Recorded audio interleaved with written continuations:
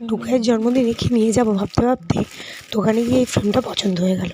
আর তারপরেই একটা photo print করে লাগিয়ে দেখলাম বেশ ভালোই লাগছে। আশা করছি এই গিফটটা দিদি, দাদাভাই এবং টুকাই তিনজনেরই খুব ভালো লাগবে। তো তারপরে আমি একটু লিখে দিচ্ছি লাভ ফ্রম মিমি। তো প্যাকিং করে নিয়ে তারপরে চলে গেলাম জন্মদিন বাড়িতে। গিয়ে আমি দেখছি যে টুকাইয়ের মেজাজটা আজ বেশ ফুরফুরে, ওর সঙ্গে একটু খেলাধুলা করে নিলাম, অনেকদিন পরে আমাকে দেখছি যদিও। তো তারপরে ওর বার্থডে কেকটা এসে গেল। এবারে ও কাকুমণির সঙ্গে একটু খেলাধুলা করছে আর ওর কেকটাকে আমি একটু ডেকোরেটও করে দিলাম। এবার ফাইনালি কেক কাটিং করলো।